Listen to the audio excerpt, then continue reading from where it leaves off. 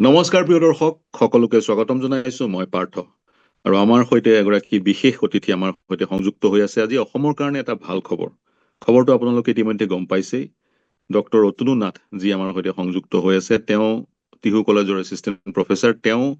Brake through prize in fundamental physics এৱাৰ্ডটোৰ নাম সেই এৱাৰ্ডটো লাভ কৰিছে যিমান দূৰলৈকে ভাৰতবৰ্ষৰ কথা নাজানো চাগৈ অসমৰ তেওঁই একমাত্ৰ এতিয়ালৈকে সেই এৱাৰ্ডটো লাভ কৰা ব্যক্তি আৰু আমি বিচাৰ খোচাৰ কৰি গৱেষণা কৰি গম পাইছো সেই এৱাৰ্ডটো বিশেষকৈ ফিজিক্সত as great as Nobel prize আৰু প্ৰাইজ মানি হৈছে $3 মিলিয়ন জইণ্টলি ডক্টৰ নাথে এৱাৰ্ডটো লাভ কৰিছে আমাৰ কাৰণে তেওঁ ইনস্পিৰেশ্যন গতিকে তেওঁৰ পৰা আমি কিছু কথা জানিব বিচাৰিম সেই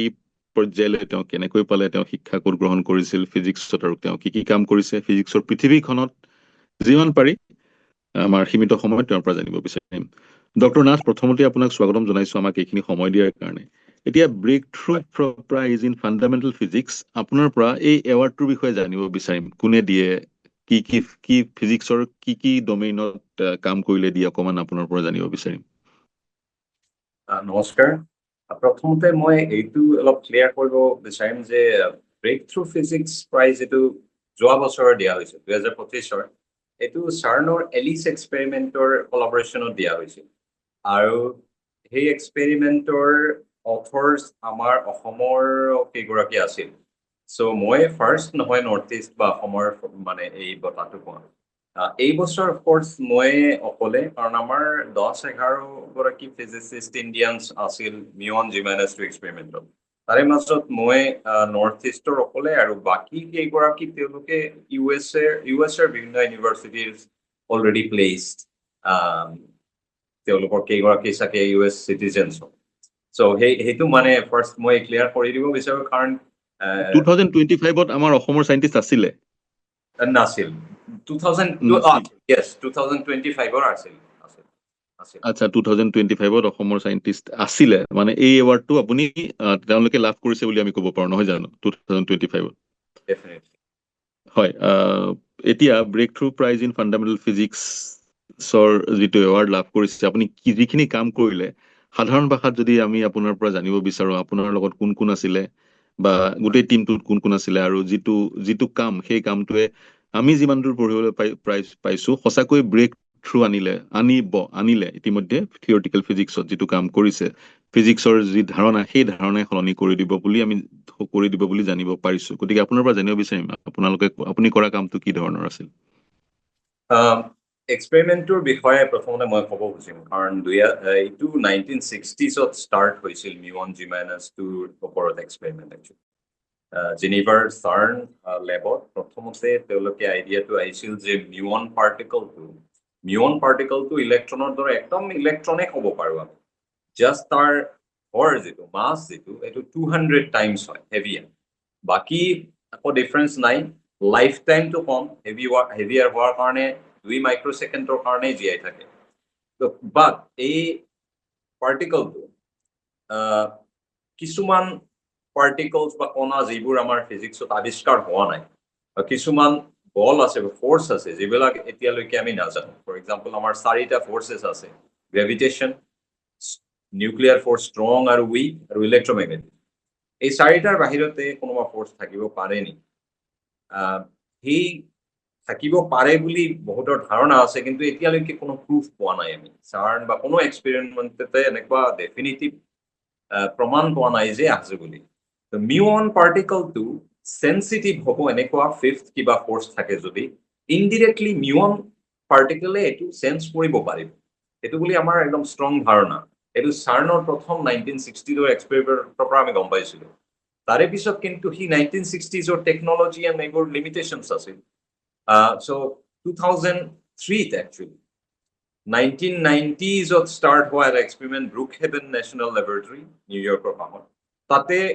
মাছ প্ৰিচাইজ এটা এক্সপেৰিমেণ্ট তেওঁলোকে ডিজাইন কৰিলে এটা ডাঙৰ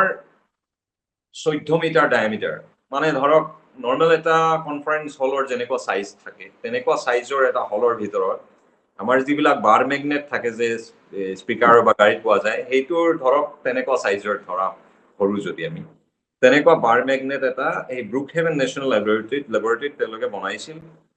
আৰু তেওঁলোকৰ 2003 চনত ৰিজাল্টটো উলিয়াইছিল ফাইনেল। তাতে আমি গম পাইছিলো যে ডেফিনেটলি কিবা এটা ডিফাৰেঞ্চ আছে। মানে আমাৰ গোটেই ফিজিক্সৰ নলেজ, ফিজিক্সে নহয়, গোটেই ছায়েন্সৰ নলেজটো আল্টিমেটলি এটা থিয়ৰিতে কনফাইন। সেইটো হ'ল ষ্টেণ্ডাৰ্ড মডেল অফ ফিজিক্স বুলি কোৱা হয়। তাৰমানে এভৰিথিং, মানে আমাৰ মোবাইলৰ টেকনলজিয়ে হওক, চান সূৰ্য কেনেকুৱা কাম কৰে, বা এই এটা পাতৰ কালাৰ সেউজীয়া কিয় হয়, এভৰিথিং ষ্টেণ্ডাৰ্ড মডেল অফ ফিজিক্সে এক্সপ্লেইন কৰে। এইটো এতিয়ালৈকে আমি একো ভুল পোৱা নাই। চ' ষ্টেণ্ডাৰ্ড মডেল অফ ফিজিক্সে এই বস্তুটোৰ, এই মিউন পাৰ্টিকলৰ চুম্বকীয় ধৰ্মটো কেলকুলেশ্যন কৰিছে থিয়ৰিটিকেল কৰি, তেওঁলোকে যিটো নাম্বাৰ পাইছে তাৰে লগত আমি ডিফাৰেঞ্চটো বিচাৰিব লাগিব এক্সপেৰিমেণ্টৰ জৰিয়তে। চ' আমি তেতিয়া ডিফাৰেঞ্চ পাইছো 2003 ব্ৰুকহেভেন নেশ্যনেল লেবৰেটৰী ৰিজাল্টটো আমি ডিফাৰেঞ্চ পাইছো, কিন্তু ইমানো ডেফিনেটিভ নহয় যে আমি ক'ব পাৰো য়েছ ডিছকভাৰ হৈ গৈছে বুলি ডিফাৰেঞ্চ। সেইকাৰণে আমি এই ফাৰ্মি লেবৰ যিটো ফাইনেল এক্সপেৰিমেণ্ট বুলি কোৱা হয়, ফাইনেল এক্সপেৰিমেণ্টটো ডিজাইনিং ষ্টাৰ্ট হৈছিল 2017 চনত। মই জইন কৰিছো এই ফাৰ্মি লেবৰ মিউন জিমানেছটো এক্সপেৰিমেণ্ট। ইটালীত তেতিয়া মোৰ PhD জাষ্ট শেষ হৈছে। মই ইটালীৰ নেশ্যনেল ইনষ্টিটিউট অফ নিউক্লিয়াৰ ফিজিক্সৰ ফালৰ পৰা মই পষ্টডক হিচাপে জইন কৰিছো ফাৰ্মি লেবত। 2018 চনত ফাৰ্ষ্ট ডেটা কালেকশ্যন ষ্টাৰ্ট হৈছে। 2020 চনত মই এজ এ ৰান কোঅৰ্ডিনেটৰ হিচাপে তাতে কণ্ট্ৰিবিউট কৰিছো। ৰান কোঅৰ্ডিনেটৰ মানে কেনেকুৱা এক্সপেৰিমেণ্টটোৰ ৰানিং কণ্ডিশ্যনছ এভৰিথিং মানে মেনেজ কৰিব লগা কণ্ডিশ্যন। চ' সেই হিচাপে মই নিজকে বহুত গৌৰৱ ফিল কৰোঁ। ইটালিয়ান কলাবৰেশ্যনৰ ফালৰ পৰা সময় যদি আছে বা আপুনি যদি সোধে তেতিয়া স্পেচিফিক কামত আমি যাব পাৰোঁ, বাট অভাৰঅল বস্তুটো হ'ল যে হয়, আপুনি ইতিমধ্যে গোটেই সুন্দৰ ভাষাত সৰলকৈ গোটেইখিনি বুজাই দিলে। আমি হায়াৰ ফিজিক্সলৈ যাব বিচৰা নাই, আপোনাৰ এচিভমেণ্টৰ কথা কিছু পাতিব বিচাৰিছোঁ। আপুনি টাটা ইনষ্টিটিউট অফ ফাণ্ডামেণ্টেল ৰিচাৰ্চত আপুনি উচ্চ শিক্ষা গ্ৰহণ কৰিছিল। তাৰপিছত ইটালীৰ নেশ্যনেল ইনষ্টিটিউট অফ নিউক্লিয়াৰ ফিজিক্সত ডক্টৰেট, তাৰপিছত ফাৰ্মি লেব ইউনাইটেড ষ্টেটছ, তাত আপুনি পোষ্ট ডক্টৰেল ৰিচাৰ্চাৰ। এতিয়া আপুনি টিহু কলেজৰ এছিষ্টেণ্ট প্ৰফেচাৰ। গতিকে ৱাই ইন টিহু মানুহে সচৰাচৰ ক'লে হয় আপোনাৰ বিশ্বৰ বহুকেইটা আগশাৰী লেবৰেটৰীৰ কাৰণে আপোনাৰ দুৱাৰ খোলা আছিলে। টিহুলৈ আহি আপুনি কি কৰি আছে? টিহুত আপুনি যিখিনি শিকিলে সেইখিনি বিলাবলৈ আহিছে নে? টিহুত কি আপোনাৰ পৰিকল্পনা কি? Why in Tihu college? So' যেতিয়া মই পষ্টডক কৰি আছিলো, মোৰ সদায় মানে এইটো ক্লিয়াৰ আছিল যে মই ৰিটাৰ্ণটো অসমত আহিমেই, সেইটোত কোনো মানে হেৰি নাই, মানে ডাউট নাছিল মোৰ। টিহু স্পেচিফিকেলি নহয়। তো মই আহিছিলো একচুৱেলি 2020 চনত IIT গুৱাহাটীত as a post doctoral fellow' হিচাপে জইন কৰিছিলো। এণ্ড মষ্ট লাইকলি মই ফাৰ্ষ্ট ইউনিভাৰ্চিটি বা কিবা কিবি জইন কৰিলে মে বি ৰিচাৰ্চটো আগবঢ়াব পাৰিলো হয়। কিন্তু মোৰ উদ্দেশ্য এইটো আছিল যে মই য়াং ষ্টুডেণ্টছৰ লগত ইণ্টাৰেক্ট কৰিম, তেওঁলোকৰ পঢ়াম। বাট এইটো অনেষ্টলি যদি কওঁ, এনেকুৱা নহয় যে মই ইণ্টেনশ্যনেলি কলেজত সোমাইছো এণ্ড কলেজত পঢ়ামে, সেইটো নহয়। ৰিচাৰ্চ কৰিম বুলিয়ে, কিন্তু ইউনিভাৰ্চিটিৰ চিলেকশ্যন প্ৰচেছটো অলপ ট্ৰান্সপাৰেণ্ট নহয়, সেইটো আমি জানো সকলোৱে, বা অপেনলি কোনো ক'ব নোৱাৰো। চ' এনিৱে, চ' ট্ৰান্সপাৰেণ্ট নহয় বস্তুটো, এণ্ড মই অপেনলি ক'ব লাগিলে একো মোৰ হেৰি নাই। মই এইটো মানে প্লেটফৰ্ম ইউজ কৰি মে বি এটা ডিমাণ্ড ৰাখিব পাৰো যে নেক্সট যিমান ইউনিভাৰ্চিটিৰ যিমান ল'ৰা ছোৱালী বা স্কলাৰ্ছে ইণ্টাৰভিউ দিব, যদি ইউনিভাৰ্চিটিৰ ইণ্টাৰভিউ প্ৰচেছটো অন কেমেৰা ৰেকৰ্ড থাকে, পাব্লিক কৰিব নালাগে, বাট অন ৰেকৰ্ড ৰাখিব লাগে বস্তুটো, কাৰ কেনেকুৱা ইণ্টাৰভিউ হৈছে। পাইছো, এইটো আপুনি ট্ৰেন্সপাৰেণ্ট বিচাৰিছে, ইউনিভাৰ্চিটিৰ ৰিক্ৰুটমেণ্ট প্ৰচেছটো ট্ৰেন্সপাৰেণ্ট হোৱাটো বিচাৰিছে। মাছ মোৰ মানে একচুৱেলি টেলেণ্টেড মানুহবোৰে মোতকৈ বহুত বেছি টেলেণ্টেড পাব লাগে। হয়, সেইটো আমি ডাইগ্ৰেছ কৰিব বিচৰা নাই, সেইটো আন এটা বিষয়, আমি সেই বিষয়টো উত্থাপন কৰিম বা লৈ আহিম। এইটো breakthrough prize in fundamental physics, what next? আপুনি এই প্ৰাইজটো পোৱাৰ পিছত আপোনাৰ গ্ৰাফটো কোনফালে যাব, কেনেকৈ? বা যি $3 মিলিয়ন সেইটো চাগৈ ৰিচাৰ্চৰ কামতে ইনভেষ্ট কৰিব লাগিব, বা what next? So' $3 million actually যেতিয়া আমাৰ ডিভাইডেড বাই 376 হ'ব, ৰিচাৰ্চৰ কাৰণে ইমানো চিগনিফিকেণ্ট নহয়, কিন্তু এই ৰেকগনিশ্যনটো কামত আহিব। ফৰ এক্সাম্পল ধৰক মই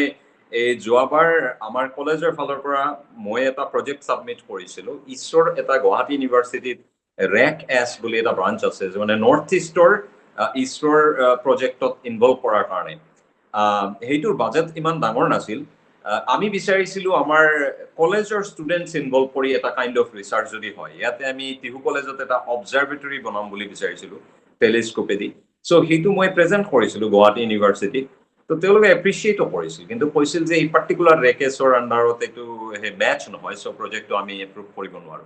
চ' মই এইটোৱে ভাবো যে মে বি আমাৰ এই ৰেকগনিশ্যনে আমাৰ তেনেকুৱা কিছুমান চাইণ্টিফিক প্ৰজেক্ট যদি কলেজত মই চেষ্টা কৰোঁ এতিয়া আমাৰ কাৰণে মে বি তেতিয়া এপ্ৰুভেল পোৱাটো অলপ ইজিয়াৰ হ'ব এণ্ড দেন কলেজত মে বি ৰিচাৰ্চ আগবঢ়াই যোৱা বা আমাৰ ডিগ্ৰী ষ্টুডেণ্টছত ৰিচাৰ্চত ইনভলভ কৰাটো ইজিয়াৰ হ'ব কাৰণ এনে ধৰক বহুত স্মাৰ্টেষ্ট ষ্টুডেণ্টছ আছে দুই এটা থাকে ডাঙৰ গুৱাহাটী চিটিত থাকে তেওঁলোকে IIT ক্লিয়াৰ কৰে IITত সোমাই যায় তেওঁলোকে আগবাঢ়ি যায় কিন্তু এনেকুৱা গ্ৰামাঞ্চল যেনেকুৱা টিহু ধৰক ইয়াৰ ল'ৰা ছোৱালীবিলাকৰ সেই বেছটো তেনেকুৱা নহয় যে প্ৰিভিলেজড নহয় তেনেকুৱা বেকগ্ৰাউণ্ড তো তেওঁলোকে বেছি দূৰ যাব নোৱাৰে আৰু সেইকাৰণে তেওঁলোকৰ আণ্ডাৰ গ্ৰেজুৱেট লেভেলত অলপ এক্সপ'জাৰৰ দৰকাৰ আছে ৰিচাৰ্চে হওক সেয়ে হওক তেতিয়া আমি আৰু বহুত বেছি এতিয়া বহুত বেছি মানে অসমখন বহুত ডাঙৰ হয় it's not just Guwahati so' or Silchar let's say so' we have to cover all this so' মই ভাবো যে মোৰ ৰেকগনিশ্যন মেবি এইটো হেল্প হ'ব হেল্প হ'ব প্ৰজেক্ট আনাত হেল্প হ'ব আপুনি ঠিক কথাই Yes. কৈছে অসমখন কেৱল গুৱাহাটী শিলচৰ বা ডিব্ৰুগড় নহয় হয় টিহুত ফিজিক্স পঢ়িব বিচৰা ষ্টুডেণ্ট থাকিব বা আন গহপুৰত ফিজিক্স পঢ়িব বিচৰা ষ্টুডেণ্ট থাকিব বা তেওঁলোকে পঢ়িছেও গতানুগতিকভাৱে কলেজখনত পঢ়িছে ডিগ্ৰী লৈছে কোনোবাই MSc কৰিছে কোনোবাই কৰা নাই নাই জবত সোমাইছে ইত্যাদি ইত্যাদি আপুনি বিশ্বৰ বিখ্যাত সেই গৱেষণাগাৰ ফাৰ্মি লেব ইত্যাদি ইত্যাদিত কাম কৰি আহিছে দেখিছে ইক'চিষ্টেমটোৱে পৃথক গতিকে অসমত আমি সেই ধৰণে যদি সেই ইক'চিষ্টেমটোক অসমৰ সৈতে তুলনা কৰোঁ সেইটো ইনএপ্ৰপ্ৰিয়েট হ'ব মই বুজি পাওঁ কিন্তু এটলিষ্ট বেচিক মিনিমাম আমি ছায়েন্স পঢ়িবলৈ যিখিনি আমাক লেবৰেটৰী লাগে যি ফেচিলিটিজ লাগে বা যি এটা এক্সপ'জাৰ লাগে চাইণ্টিষ্টৰ সৈতে বেচিক মিনিমামখিনিতো আমাক প্ৰয়োজন গতিকে সেইখিনি গুৱাহাটীত ক'ৰবাত থাকিলেও মই IITৰ কথা বাদ দিছোঁ IITক মই ভাবোঁ IIT ডিফাৰেণ্টলি একদম আইচলেটেড হৈ IIT Yes. পৰিচালিত হয় বাহিৰৰ মানুহে গমেই নাপায় ভিতৰত কি হৈ আছে গতিকে IIT অলটুগেডাৰ বেলেগ এটা প্ৰতিষ্ঠান তো তাৰ বাদে যিবোৰ পাব্লিক ইনষ্টিটিউট সেইবোৰত সেই ফিজিক্স পঢ়াৰ কেমেষ্ট্ৰি পঢ়াৰ বা যিসকলে ছায়েন্সত হায়াৰ এডুকেশ্যন ল'ব বিচাৰে তেওঁলোকক এটা পৰিৱেশ দিব কেনেকৈ পৰা যায় বুলি ভাবে আপুনি চ' ইয়াতে বহুত মানে ডিপ প্ৰব্লেমছ আছে সেইবোৰত নাযাওঁ যে কাৰিকুলামতে প্ৰব্লেম আছে ইমানে বেছি তেওঁলোকে বহুত ছাবজেক্টছ লৈ ইমানে বিজি হৈ থাকে যে তেওঁলোকে মানে সেই টাইমটোৱে নাপায় মানে 3 মাহ পঢ়াৰ লগে লগে ধৰক এটা ফাইনেল এক্সাম আহি যায় তাতে 100টা পেপাৰ্ছ আছে বেলেগ বেলেগ যিবিলাক নট অল নেচেচাৰী তো সেইটো এটা চিৰিয়াছ ইছ্যু আমি ফেচ কৰোঁ ছেকেণ্ডলি হ'ল পৰীক্ষাবিলাকো তেনেকুৱা মানে পৰীক্ষাবিলাকো তেনেকুৱা সেই ধৰক টেক্সট বুকৰ ডিৰাইভ দিছ ডিৰাইভ ডেট টাইপৰ আগৰ কুৱেশ্যন পেপাৰ কিছুমান ফ্ৰেমিং কৰি তাৰে পৰা চ' ষ্টুডেণ্টছক সেই ইনস্পায়াৰ কৰাটো যে ইণ্টাৰনেশ্যনেল লেভেলত পাৰ্চনেলি মই বা বহুত কেইগৰাকী এইটো চেষ্টা আমি কৰি আছো যে আমাৰ টিচিংটো এটলিষ্ট যাতে ইণ্টাৰনেশ্যনেল লেভেল দিয়া যায় ফিজিক্সত নট জাষ্ট এই নেক্সট মাহত ফাইনেল এক্সাম আছে সেইটোৰ কাৰণেও নহয় ফিজিক্সটো বুজাৰ কাৰণে ফিজিক্স যাতে আমি শিকাব পাৰি বা তেওঁলোকে শিকে সেইটো মই আত্মোচ চেষ্টা একচুৱেলি কৰি আছো কিতাপে হওক চ' এইটো আমাৰ ইণ্ডিভিজুৱেল লেভেলত বহুত টিচাৰৰ ৰেছপনচিবিলিটি বুলি মই ভাবোঁ এই কাৰেণ্ট ইনফ্ৰাষ্ট্ৰাকচাৰ অৰ ছিষ্টেমত এইটো বহুত ষ্ট্ৰাগল হৈ যায় তথাপিও আমি মানে বিচাৰোঁ যে ষ্টিল যদি এইটো কৰা যায় পৰীক্ষাৰ মানে ইউনিভাৰ্চিটি এক্সামটোৰ ছাইডত ৰাখি আমি তেওঁলোকক যাতে problem solving really critical thinking আৰু কিছুমান প্ৰব্লেম চলভিং যিবিলাক শিকাব পাৰোঁ এইটো এতিয়া বৰ্তমানে ইণ্ডিভিজুৱেল লেভেলত চলি আছে এইটো কাৰিকুলামত কিন্তু নাই কাৰণ আপুনি যদি ভাবে গুৱাহাটী ইউনিভাৰ্চিটিৰ এক্সাম সেই এক্সামত তেওঁলোকে মোটামুটি 1 মাহ ভালকে প্ৰিপেয়াৰ কৰিলে চাম 8.9 পইণ্ট আহি যায় চ' that doesn't reflect the real knowledge or depth মানে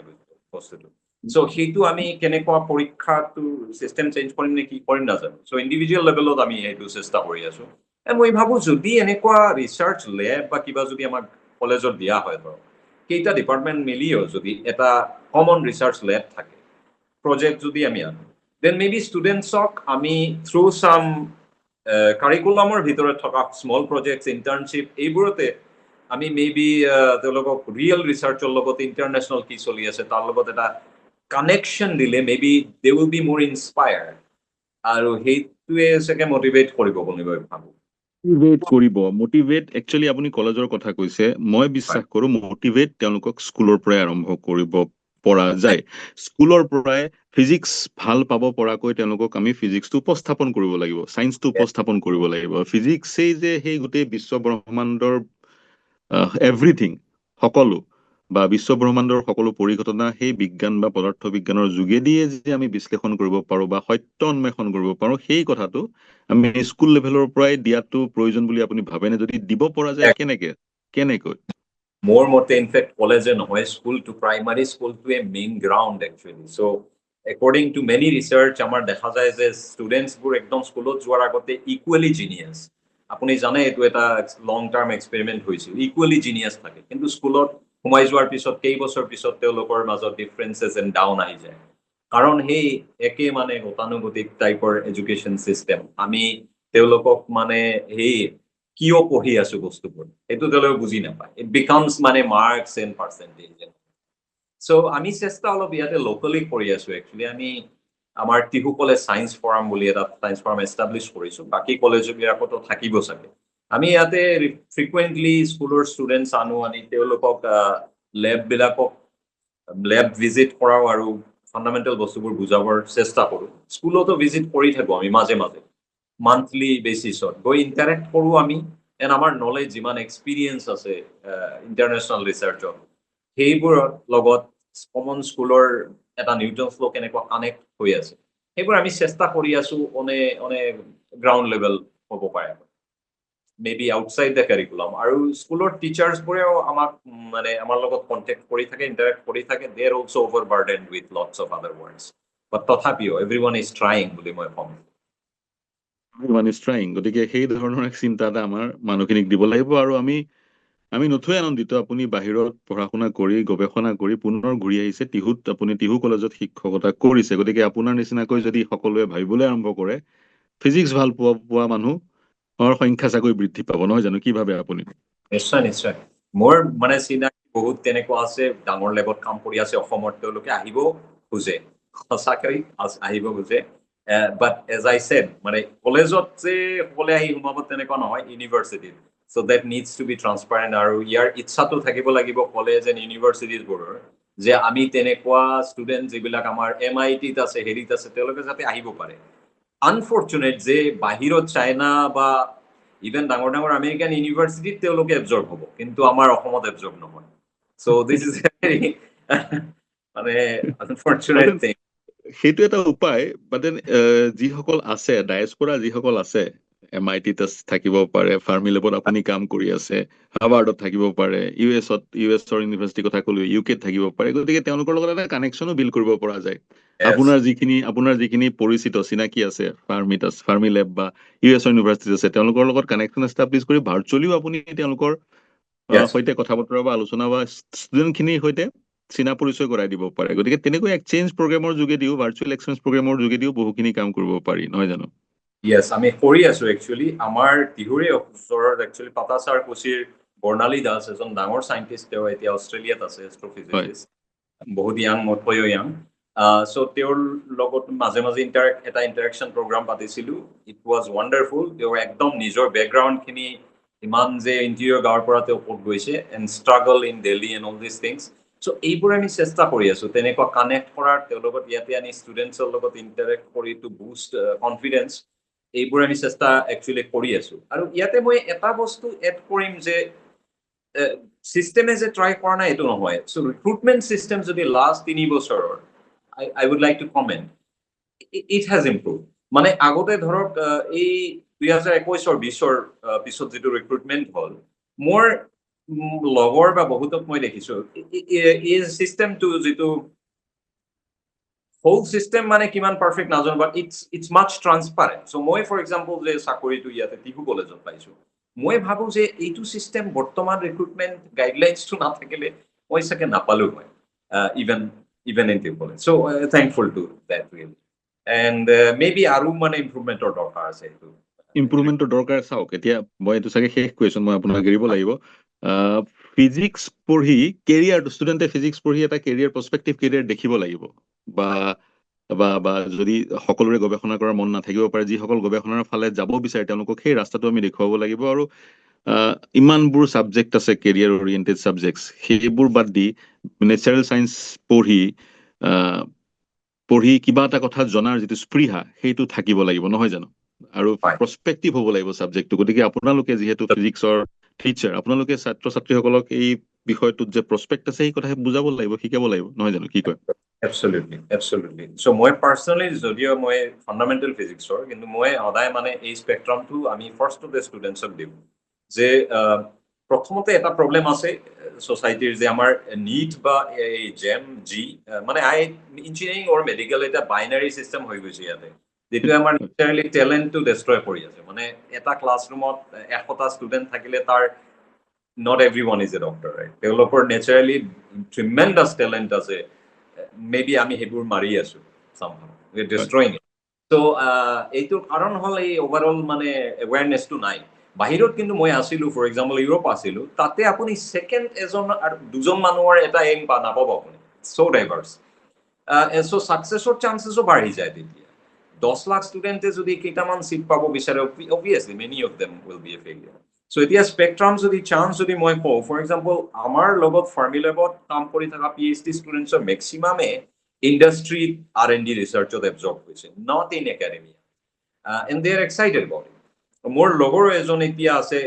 এটা কোম্পানী য'ত মানে চাইণ্টিফিক ইনষ্ট্ৰুমেণ্ট ডেভেলপ কৰা হয় যিটো one instrument is like $1 million তেনেকুৱা ফিজিক্সৰ এইবিলাক যে ডেটা আমি এনালিচিছ কৰোঁ হাই এনাৰ্জি ফিজিক্সৰ ইটছ হিউজ বিগ ডাটা ৱৰ্ডটো বিগ ডাটা এতিয়া আহিছে আমি already terabytes of data per minutes এইবিলাক বহুত বছৰ আগৰ পৰা এনালিচিছ কৰি আছো চ' কি হয় হাই এনাৰ্জি ফিজিক্সৰ এনালিচিছ কৰি বহুত মানুহবোৰ ফাইনেন্সিয়েল এনালিচিছৰ ফিল্ডত গুচি যায় বহুতে আছে মোৰ এজন ছিনিয়ৰ তেওঁ এজন ডাঙৰ চাইণ্টিষ্ট তেওঁ জাপানত পষ্টডক কৰিলে ইটালীতো কৰিছে তেওঁ বৰ্তমানে সেই দৌলত যে ফাইনেন্সিয়েল এনালিচিছ কোম্পানী আছে তাতে এজন ডাঙৰ পজিশ্যনত আছে চ' দিছ এণ্ড মেনি আদাৰ R&D কোম্পানীজ আছে আমাৰ ইণ্ডিয়াতো হ'ব লাগে আনফৰ্চুনেটলি আমাৰ কোম্পানীজবোৰে মানে সেই R&Dত ইম্পৰ্টেঞ্চটো দিয়া নাই for example quantum computing develop হৈ আছে IBMৰ নিচিনা আমাৰ ইয়াত এই বিজনেছ মানে কৰ্পৰেট ছেক্টৰৰ সেই হেৰিটো নাই মানে ইণ্টাৰেষ্টটো নাই তেওঁলোকে যদি ৰিয়েল ইণ্ডাষ্ট্ৰীবোৰ R&D বেছড অৰ ইন'ভেশ্যন বেছড আনিলে হয় দেন আমাৰ কিন্তু মেবি চায়েন্সত আমি আৰু মাছ মোৰ ইণ্টাৰেষ্টেড ষ্টুডেণ্টছ পালো হয় চ' এইটো বৰ ডাঙৰ কথা মই বুজি সামাৰাইজ কৰি দিওঁ আমাৰ প্ৰাইভেট ছেক্টৰে দুটা কথা জোৰ দিব লাগে এটা কথা তেওঁলোকে ইনভেষ্ট কৰিব লাগে ৰিচাৰ্চত তেতিয়া আমাৰ টেলেণ্ট আমাৰ ইয়াতে থাকি যাব বাহিৰত যাবলগীয়া নহয় প্ৰাইভেট লেবছ থাকিব লাগে আছে ক'ৰবাত আৰু প্ৰাইভেট লেবছ লাগে য'ত প্ৰাইভেট প্লেয়াৰে ইনভেষ্ট কৰিব প্ৰথম কথা দ্বিতীয় কথা ৰিচাৰ্চ শেষ হোৱাৰ পিছত পষ্ট ডক্টৰেট ডিগ্ৰী লোৱাৰ পিছত সেই ছাত্ৰ ছাত্ৰী সেই লোকসকল কেৱল একাডেমিক্সতে যোৱাৰ ৰাস্তা এতিয়া আমি দেখা পাওঁ বাকী ফিল্ডত বাকী ডমেইনত ৰাস্তাবোৰ বন্ধ গতিকে ইণ্ডাষ্ট্ৰীয়ে সেই সকল লোকক এবজাৰ্ভ কৰাৰ কিন্তু বহুত স্কোপ আছে সেই স্কোপবোৰ এক্সপ্ল'ৰ কৰা নাই মই ঠিক কৈছো একজেক্টলি সেই চিন্তাৰ সমলেৰে মই অনুষ্ঠান সামৰিছো এই কনভাৰচেশ্যন সামৰিছো ডক্টৰ অতনু নাথ আপোনাক মই পুনৰ শুভেচ্ছা জ্ঞাপন কৰিছো ফিজিক্সৰ যিখন পৃথিৱী সেই পৃথিৱীখন আপুনি টিহুলৈ লৈ আহিছে টিহু আৰু গোটেই টিহু অঞ্চলকে ধৰি নামনি অসমৰ প্ৰতিজন ছাত্ৰ ছাত্ৰী আপোনাৰ দ্বাৰা উপকৃত হ'ব আপোনাৰ সংস্পৰ্শলৈ আহিলে সেয়ে আমাৰ কামনা আপোনাক পুনৰ শুভেচ্ছা দি অনুষ্ঠান সামৰিছো ধন্যবাদ থেংক ইউ